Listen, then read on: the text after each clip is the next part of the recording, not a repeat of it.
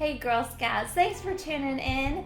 I'm Sunny from the Girl Scouts of Northern Indiana-Michiana in Fort Wayne, Indiana. And today I'm going to be walking girls through the Cadet, Senior, and Ambassador Think Like an Engineer multi-level journey. So just a few housekeeping things before I get started with today's video. Girls won't actually earn the journey just simply from watching this video. So these videos are meant to give you some helpful tips and tricks and hopefully get you inspired and motivated to do this Badger journey on your own at home. So our hope is that you'll watch this and get excited, and then when the video ends, you'll want to go gather up all the supplies and then complete the steps on your own at home. So like I mentioned, today I'm going to be walking girls through the Cadet, Senior, and Ambassador Think Like an Engineer journey. And there are 3 steps to complete this journey.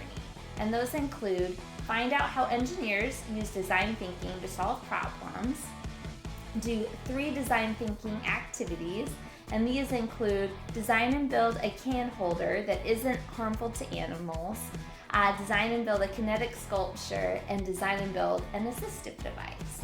And then the 3rd step to earn the Think Like an Engineer journey is plan a take action project that helps others. So to get us started, who knows what engineers do? So if you can leave a comment, or if you're online with your adult right now, if you can have them leave a comment for you, what does an engineer do? So engineers design and build technology that solves problems. So sometimes that means fixing something that already exists, or improving upon it, or creating something entirely new.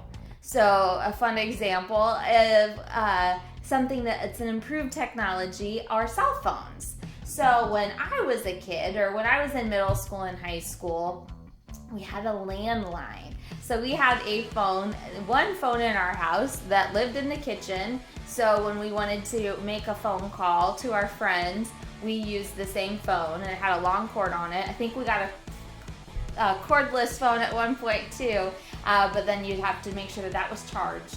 But now everybody has cell phones, right? So if you're older and you have your own cell phone, you don't have to share a phone with your family members, or you don't have to stand in the kitchen and have your phone call when you want to call your friends. You can go call them from wherever. So that's an example of an improved technology. Engineers also invent things that are entirely brand new. So when an engineer is going to create something, they use something called the design process. And I have a poster of it right here so that when we go through it, I can reference this. So this is the design process, and this is how engineers use design thinking so that they can solve problems. So they follow this in order to create a solution to problems. So our first step of the design process is define the need. So this is where an engineer spots a problem and they decide that that's something that needs fixed. Then they're going to brainstorm. So let's say our problem is Grandma is having a hard time getting up the stairs. So we need to be engineers, and we need to think of a way that we can help Grandma get up the stairs a little bit easier. So if we go back to our first step, define the need, what's our need here? Well, our need is to design something, or our need is that Grandma is having a hard time getting up the stairs, and she needs an easier way to get up the stairs. So then we're going to brainstorm. And so this is where we think about all the possible solutions to fix that problem. So that could be a ramp, or a chairlift, or some kind of escalator or elevator installation. So that is all of the different things that we could brainstorm, and maybe other things that I didn't mention. So once we've brainstormed and come up with lots of different possible solutions, then we're going to design. And design is where an engineer is going to actually draw a blueprint or a sketch, draw out what they want to build. And this is where they also think about the materials that they would need, the dimensions of everything. So they really plot it out. And then you'll notice on our design process, this next step is kind of 3 steps in one. So after an engineer has designed what they'd like to build, then they build it. So this is where they've gathered all their materials and they're actually going to build the thing that they'd like to build. Now let's say, so after they build it, then they're going to test and evaluate. So this is where they test it out and they say, okay, does this fulfill the need, or does this meet this need? Does it address the problem, and does it improve upon it or fix it? If it doesn't work the way that they'd intended or work as well as they thought and hoped it would, then they're going to redesign, and then they're going to build it again. So engineers actually will live on this little cycle here for a long time, okay? It'll take a lot of testing and evaluating and redesigning and rebuilding to get something exactly perfect, exactly right, and right where you want it. So this is going to be a little thing that we're going to, a reminder that it's going to be throughout this video. So to an engineer, failure is actually a really good thing, because every time an engineer fails, they learn something, and they can make their product, the thing that they're trying to create, even better and better. So I want you girls to fail today, or fail when you're doing these experiments. And that sounds awful, right? So usually when we hear the word failure, we think of it as a bad thing, right? Like when you fail a test, or you try to shoot that basketball hoop and you missed, or you try to do that dance move and it didn't look right. You feel like you failed. Usually we take it to heart, and it hurts, and it makes you feel bad. But when you're an engineer, and when engineers are trying to solve these problems, every time they fail, they actually see it as a learning experience. It's like, okay, well, hey, this didn't work the way we thought it would, or maybe it works in a different way that we didn't expect. But every time it fails, then they can just keep improving that product. They keep improving that thing that they're trying to create, and then it just gets better and better. So they might have started out with a pretty cool thing, but after all of the different iterations, after all of the redesigning and rebuilding and improving, it just gets better and better. So anytime you fail, so anytime if you're working on these engineering projects later and you test it out and it doesn't work the way you thought it would, just shake it off. Go, whew, I failed. Okay, but I did learn something, and I learned that it doesn't work the way I thought it would, but maybe you learned how you can make it better. Okay, and I'm going to be talking you through some of my failures when I built these projects, because failure is a good thing. Failure helps us learn. Okay, so like I said, we're going to fail, and that's great, and we're going to learn from it. So after we have lived on this little cycle for a long time, or maybe for a little bit, after an engineer's built and tested and evaluated and redesigned and built again, when we get to the final product, when we get to that product that is working exactly the way that we want it to, then we're going to share solutions. So this is where an engineer says, hey, remember that problem that we came across? Remember how we were trying to create something new to help grandma get up the stairs easier? Well, we found a solution for that, or we fixed this, or we have a way to help solve this problem. So they're going to share it with the rest of the world. All right, so we are going to be using this design process through all 3 design thinking activities that we do today. And this brings us to our first design challenge for today, which is design and build a can holder that isn't harmful to animals. All right, girls, so like I said, this is going to be the first design challenge, which is design and build a can holder that is less harmful, that isn't harmful to animals. So, to get us started, I wanted to show you one of these. Who knows what this is? It's a can holder, right? So you can buy a 6-pack of cans of soda in this, or bottles of soda. So confession time, I have a problem, and I love my cola. It's a problem, girls. I know cola's bad for me, but I can't quit it. And so a lot of times when I go to the grocery store, in an effort to limit myself so I don't buy a whole case of soda, I'll just buy one of these little 6-packs, and then maybe I won't drink as much. So these are handy for people, right? So I can go to the grocery store, I can grab this with one hand, maybe grab one other thing, and then I'm good. I can leave the store. It's very easy to grab. I can fit it in my fridge. So while these have been designed to be very helpful and convenient for people, they actually present a really big problem to the environment and to animals in the environment. So I have some pictures I wanted to show you. And I just want to warn you that they could be upsetting and sad, and so I just wanted to warn you before I showed them to you. So a lot of times when these aren't disposed of properly, they can end up on the beach or in a park or in the ocean. And when they end up in the ocean, they actually break down into debris called microplastics. And when it breaks down into microplastics, then these are eaten by animals in the ocean. And then in turn, if we eat those animals, so like if fish eat it and then humans eat these animals, then we're also eating these microplastics. Now, when these don't break down, animals can actually become trapped in these if they're not disposed of properly. And that's what my pictures are of. So this picture that I have here is of a turtle. She is a red-eared slider turtle, and her name is Peanut. And you can probably guess why her name is Peanut. It's because her shell now is peanut shaped.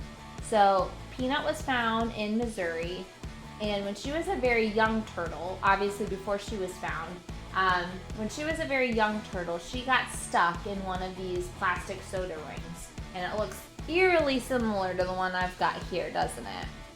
So she got trapped in one of these soda rings, and she actually grew through it. She grew around that soda ring. So she was a littler turtle than in this picture, and she actually grew around that plastic ring. So thankfully, Peanut was rescued, and so she was taken in, and she was cleaned up, and they cut the ring off of her. But unfortunately, the ring had done its damage because she was growing. She was still a growing turtle when she got trapped in that. So unfortunately, the ring has done its damage. She can't move as well as she normally would. Her mobility is affected. This makes it harder for her and more difficult for her to get away from predators because of what the soda ring did to her. Now, thankfully, Peanut actually became like a teacher. So she is actually used in education in Missouri to teach kids about the importance of not littering to help protect the environment and animals in the environment by not littering. So Peanut had a happy story in the end, but this is a really sad example of the damage that plastic rings can do. She couldn't grow up in the wild. She couldn't live on her own anymore because of what these rings have done to her. So what our challenge is, what our first design challenge today is to design a can holder that isn't harmful to animals. And I'm gonna be calling this the harmless holder today. So I'll kind of interchange can holder and harmless holder. So for our harmless holder, like I said, our challenge is to design a can holder that isn't harmful to animals. So just like real engineers, what we're going to be building today, what we're going to be starting with for this first project is we're just building a prototype. So think about what the word prototype means. You've probably heard it before.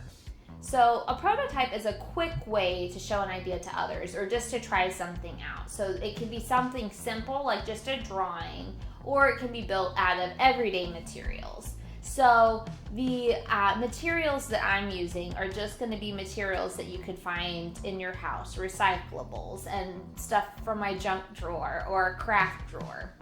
So because this is a prototype. So again, we're going to be building a prototype or an example or just a way to show off an idea. Just like real engineers too, today we're going to be having some criteria and constraints for our engineering challenges. And criteria are things that your design needs to accomplish. So these are specific goals for your design. And then your constraints are things that limit you. So your limitations, and this can be time, or materials, or if we were worried about the money aspect of it, money could also be a big constraint to an engineer. So your criteria for your harmless holder are: your holder must be able to hold 6 cans, be easy to carry, be safe for animals, and be convenient for people to use. Your constraints or your limitations for this challenge is just one thing, and that is time. So I want you, when you go to do this, after you've gathered up all of your supplies, before you design, I want you to set a timer. So either set a timer on your phone or set a timer on the microwave for 25 minutes, and give yourself only 25 minutes to design and build your harmless holder. And then when the timer goes off, then you can test it out and see if it works the way that you thought it should, and if it meets all of those criteria. So to get us started, we're gonna look back at this design process poster here. So if we look at step number 1, define the need. So what's our need for this one? We need to design a can holder that isn't harmful to animals. Then we're gonna brainstorm, and this is where we're gonna look at all the materials, which I'm gonna show you in just a second, and think about all the different ways that we can use those materials to build a can holder that isn't harmful to animals. So like I said, I'm gonna show you the materials that I have gathered. Don't feel like you have to pause the video at this point so that you can run and grab a paper to write this all down. We'll actually be uploading my materials list after the video goes live, so that you can get all these materials after the fact. So I'm going to show you the materials I recommend, but don't be discouraged if you don't have these at home. Use what you've got. So if you don't have this stuff, you can raid your recycle bin, you can raid your junk drawer or craft bin or toy box, whatever you've got around the house you can use. So the materials I recommend for your harmless holder are cardboard. So I've got an old Amazon box that I've cut up. If you want cardboard boxes, like an Amazon box or cereal boxes or anything else that you've got cardboard, that's very handy for this one. Also paint stirrers. If you don't have paint stirrers, you could also use a ruler or barbecue skewers. Paper, so I've just got some construction paper. You could use scrap paper, newspaper, whatever kind of paper you've got, printer paper.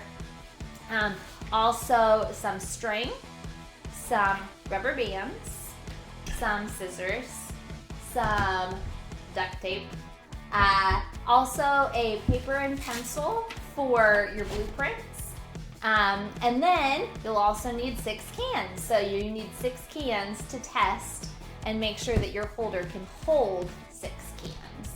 Again, if you don't have those specific materials at home, that's okay. Use what you've got around the house. So once you've gathered all your supplies, then you're gonna set your timer for 25 minutes, okay? Set your timer for 25 minutes, and then you're gonna grab your paper and pencil and get to work with design. So this is where you're gonna design your harmless holder.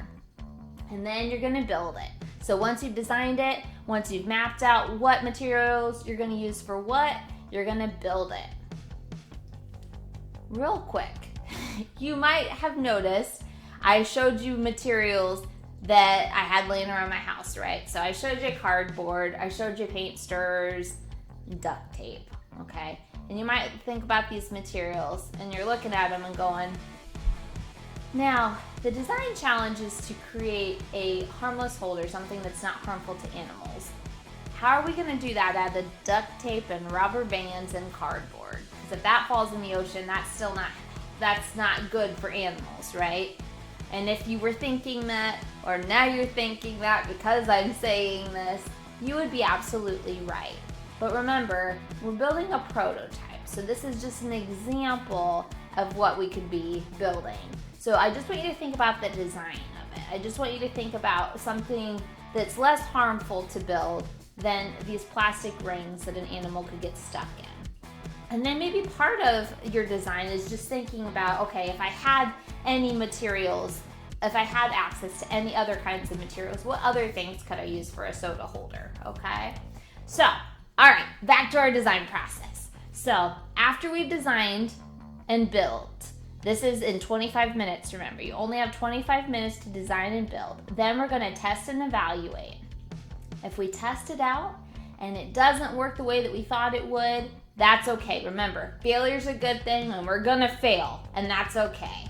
So test and evaluate. If it doesn't work the way that we thought it would, if we try to hold up or put our 6 cans in it and it breaks, or it's not easy to carry, or maybe they don't even all fit in there, that's all right, because then we're just gonna redesign and build it again. And we might be on this a while. It might take a couple tries to get our final product where we're gonna share solutions. So I'll show you what I made, and yours might be a lot more fancy than mine, and that's cool. I want you to use your creativity. So this is what I built in my 25 minutes. Is this little guy here. Now, I did not use all of these materials, I'll be honest. I only used some of them. So I used cardboard, I used duct tape, and I used paint stirrers. And that's all I used for mine. So use what you've got and use as much as you want. And you don't have to make yours look like this. Like I said, you could probably make yours look even cooler. But once you've built it, test it out, redesign if needed, and then you're gonna share solutions. So this is where I want you to share your harmless holder with your family and tell them what you learned. So talk to them about what you learned about how these plastic soda rings are not the ideal situation and an ideal thing to carry cans in. Also, remember to dispose of these properly, okay? So make sure that you cut these rings before you throw them away, just in case they somehow get out of your trash. Share your solutions with your family and show off your harmless holder. And after the fact, if you want to share your photos of your creations on our GSNIM volunteer scoop, because we would love to see what you come up with. All right, girls, so now we're gonna move on to the second design thinking challenge, which is build a kinetic sculpture. All right, girls, so now we are moving on to the second design thinking challenge, which is to design and build a kinetic sculpture. So our scenario here is we're gonna say that a director of a local summer camp has contacted you to design a sculpture for the lawn at the front of their camp to help draw attention to it and be very eye-catching. And they want it to be a kinetic sculpture, which is a sculpture that is affected by and moves and is powered by the wind.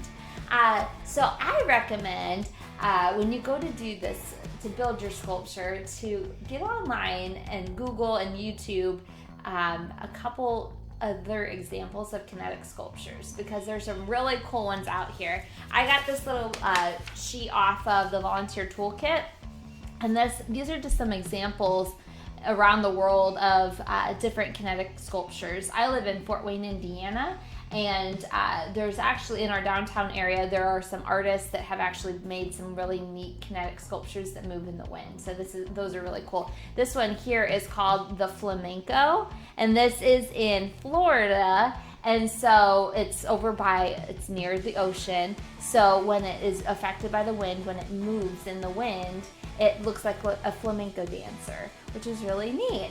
So I recommend doing some research on your end just to look up some really cool kinetic sculptures.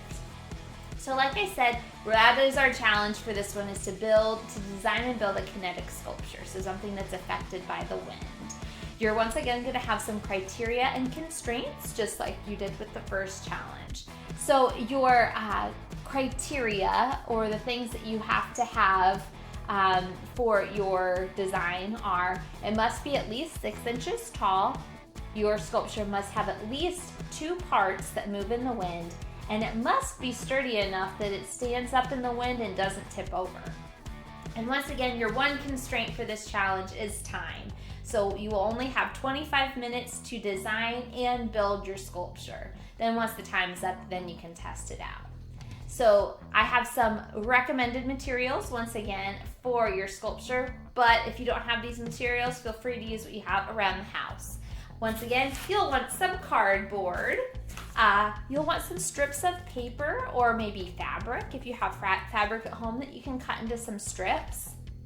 Some wooden barbecue skewers, or craft sticks. So if you've got some craft sticks at home, those will work great too. You'll want some scissors, some duct tape, some paper cups if you've got paper cups.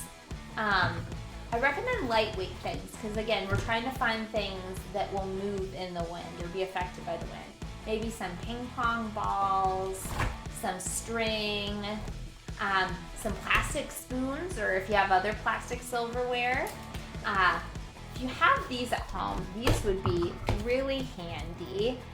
So these are metal washers that help things move a little bit easier. Also, another thing to help with movement, these are some brass fasteners. You might have used them for projects at school. So these are very handy as well.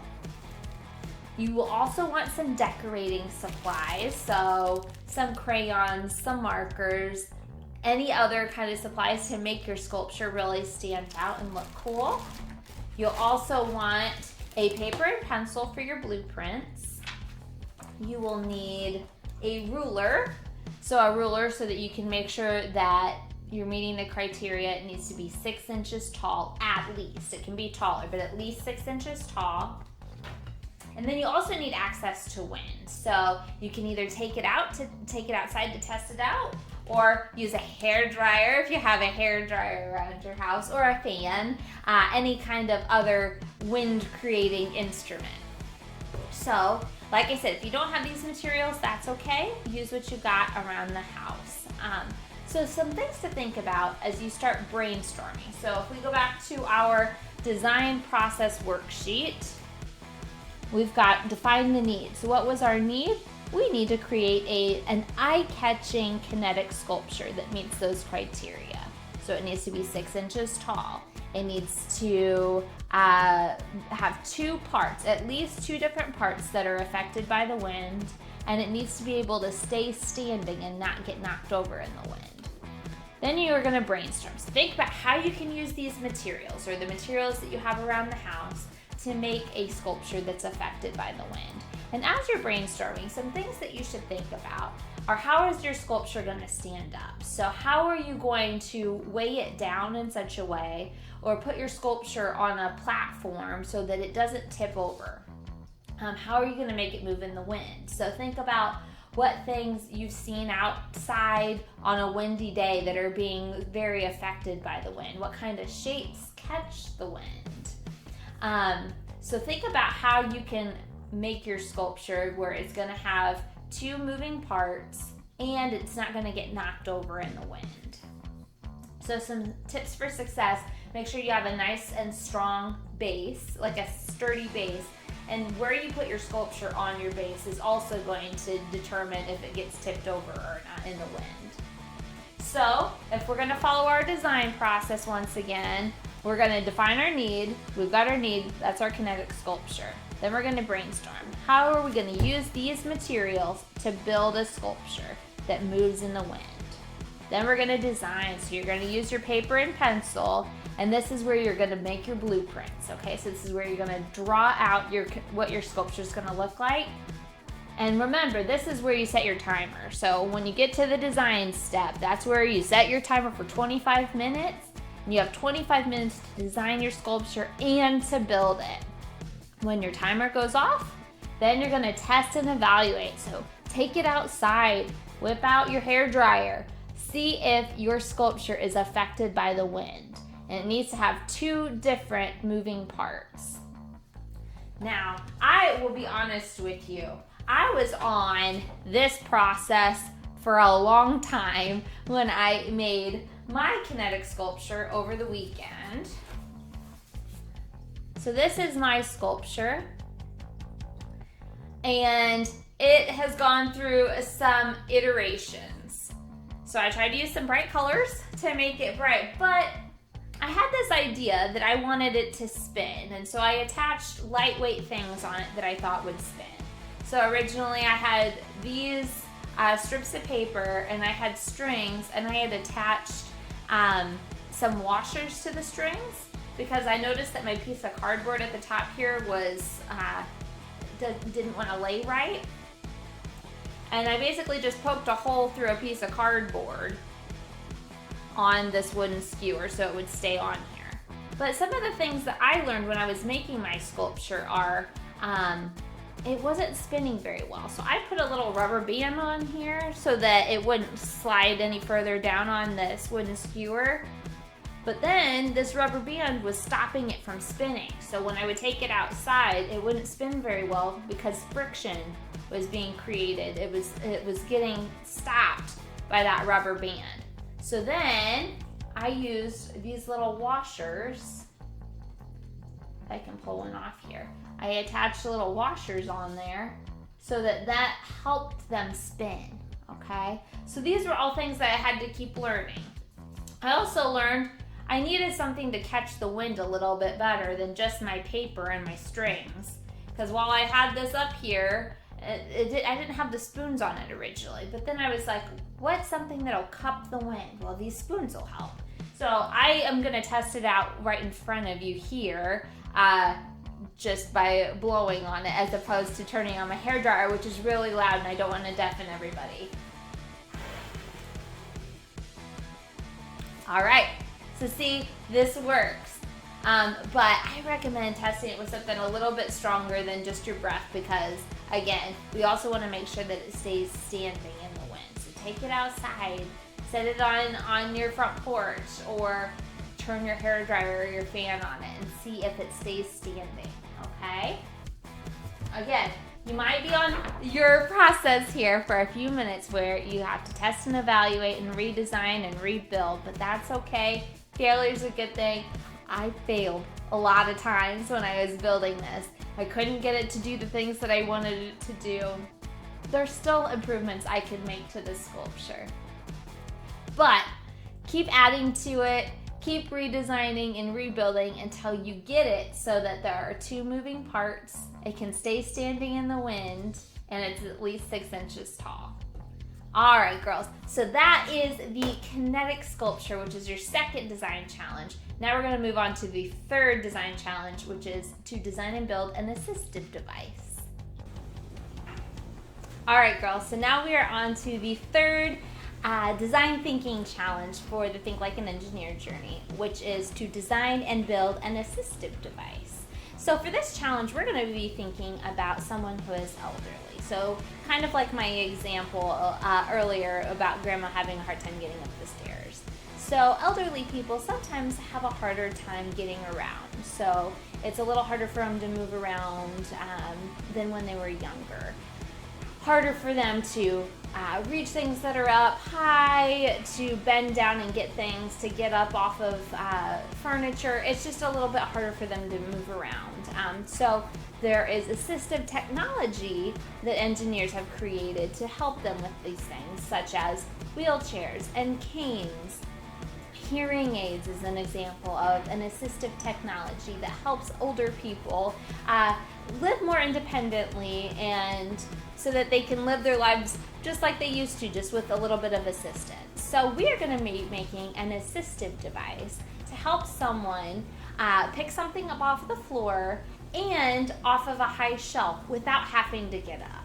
So they have to, so that they can stay in a sitting position, they can pick up something off of the floor and off of a high shelf. So just like our other engineering activities that we've done today, we're going to have some criteria and constraints.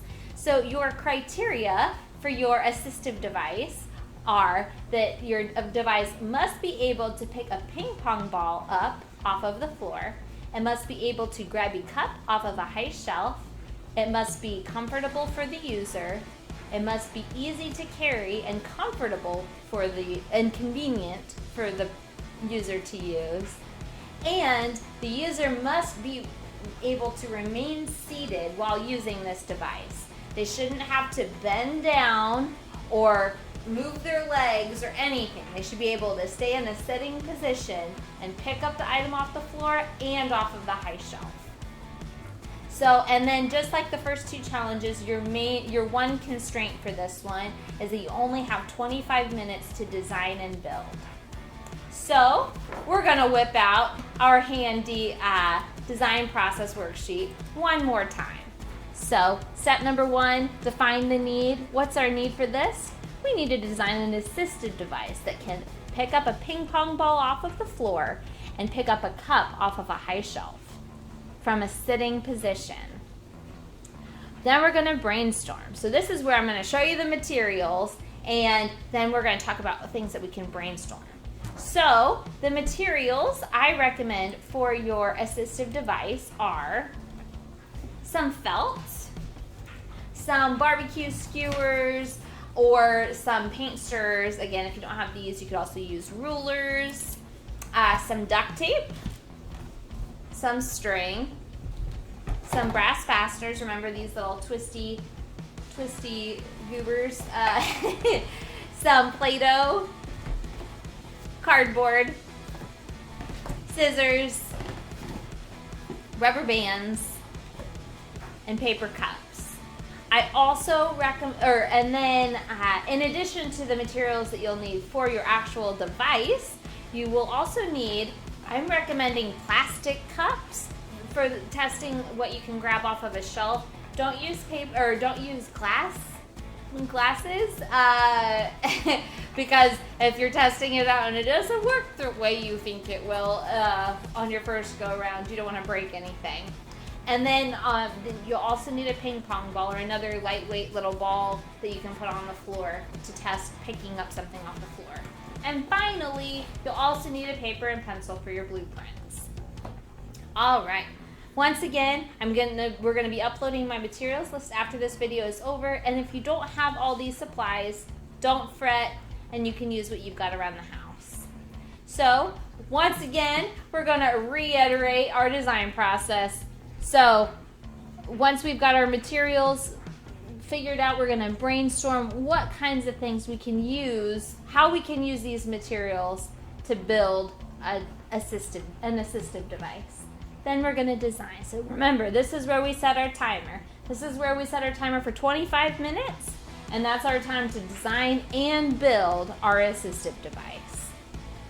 Once the timer goes off, that's the fun part where you get to test. Now, when you're testing your device, you need to sit in a chair, remember. So you're gonna put a cup up on a shelf, and then you're gonna put your ping pong ball on the floor, and then you need to pull out a chair and actually sit down. And you're gonna be testing it from a sitting position. So is your device long enough to reach your shelf to grab that cup? Okay, does it have something that can grab onto the cup? Does it have a part on it that can grab the ping pong ball off the floor? So I'll show you my device just in case you'd be interested. So this is my device. I use paint stirrers to make it long so I could reach that shelf, some duct tape, string and rubber band. I've got those brass fasteners on my cardboard. My cat, who's sitting next to me, squashed this one. So I might need to replace this cup if I want to use it. But my device works by pulling the string and the cups come in and pinch like that. So I can use those little cups to grab a plastic cup off the shelf. And my idea with using the cups too is then if I want to pick up that ping pong ball, hopefully the ping pong ball will go in one of the cups, so I can grab it and it'll go inside one of those cups. So once again, on our design process, once you've built it and then you've tested and redesigned as many times as it takes to get it right, remember, no matter how many times you fail, that's a good thing. You're learning every time, okay? Just a final reminder on that. Once you get your device working the way you want, it's able to pull that cup off the shelf and pick up that ping pong ball, then you're gonna share solutions. So this is where I want you to show off your assistive device with your family members, see what other things you can pick up with your device, maybe make more of a challenge and actually put water in the cup. Again, once you've figured out how to pick up the cup, then make more of a challenge for yourself. But see what else you can pick up. All right. And then again, once again, like I said with one of the other ones, the other engineering activities, if you're interested, feel free to share your device on our GSNIM Volunteer Scoop Facebook page, because we'd really like to see what kinds of creative designs you come up with for your assistive device. All right, girls. So this brings us to our third and final step of the Think Like an Engineer journey, which is to plan and plan a take action project to help others. Alright, so like I said, step 3 of the Think Like an Engineer Cadet Senior and Ambassador multi-level journey is to plan a take action project to help others. So for our take action project, we're really going to be following the same steps that we did for all of these 3 design challenges. Alright, so I want you to look out into your communities and see what problems that you observe. Okay, so think about what things you see out in your world. Maybe it's at school, problems that you've seen at school, things that that you don't like or that other students dislike, or problems that you come across. Or maybe it's a problem you've seen at church or something that you've seen at a local park. Think about the people that are in your community. So if you can't think of a problem that's directly affecting you, think about other people out in the community and other problems that you've seen other people facing. So you're going to plan a take action project, again, just like our design process, where you're going to find a problem, then you're going to brainstorm ways to fix it, okay? And then you're going to take action. That's where you're actually going to make a plan and you're going to figure out a way to help fix that problem or educate others about that problem so that we can improve it and fix it and make the world a better place. All right, girls. So thank you so much for watching today's video. I hope you learned something. I hope you're excited, and I hope that when the video ends, you'll pull up that materials list and try and complete all these design thinking challenges and the Take Action project on your own at home. Please stay healthy and stay safe. Enjoy the rest of your week, and I hope to see you girls soon. Please stay tuned for future GSNIM virtual badge opportunities. Have a great day and see you soon. Bye.